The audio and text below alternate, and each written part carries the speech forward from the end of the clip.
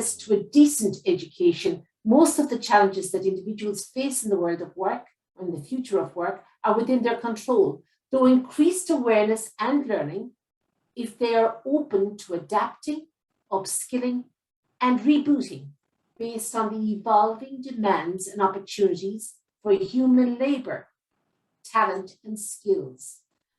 What would you consider a decent education? I would say that that quote is probably exceedingly dangerous characterization of the future, because it seems to be mostly success is mostly about economic success and work success. Sure. And the agenda that got us into trouble in the first place. So I think that is that's wrong. And in my report on wrong drivers, I talked about academic obsession or obsession with technology and success.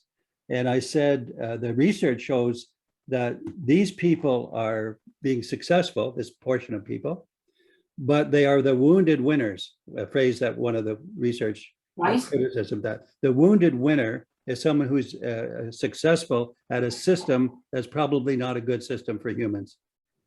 Sure. And I think that's what that represents. Those who have access to technology and other resources are better off in a narrow sense. They'll do better in the financial sense, but they're not better off as humans.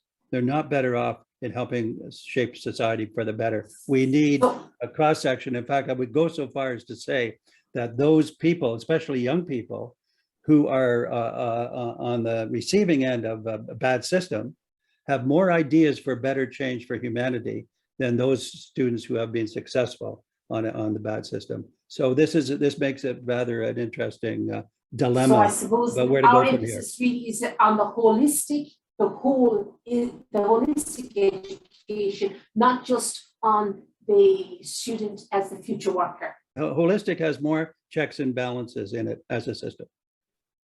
And in this line of thinking, would we be more running the risk of a two-tiered system?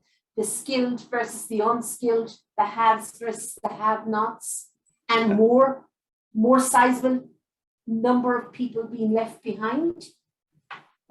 Yes, absolutely, for sure. And I want to say it in two ways. One is the haves and the have-not system that you implied is a distinct and a probable possibility in some ways, and it would be a bad one. That's point number one. It would be bad for overall for society. And secondly, it would be bad for the haves.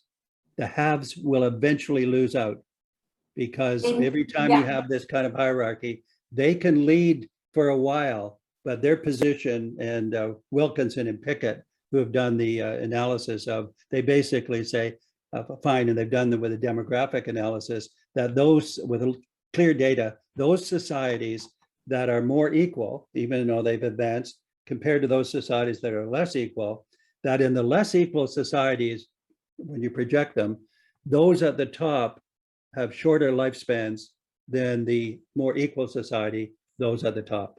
I hope that's clear. It's a complicated analysis, but it basically says, if you think you're on the top and the system starts to get extreme, top and bottom, you will eventually be vulnerable, because you will be a wounded winner and you will not do well in terms of your life expectancy or the quality of your life. Eventually, it will be bad for humanity.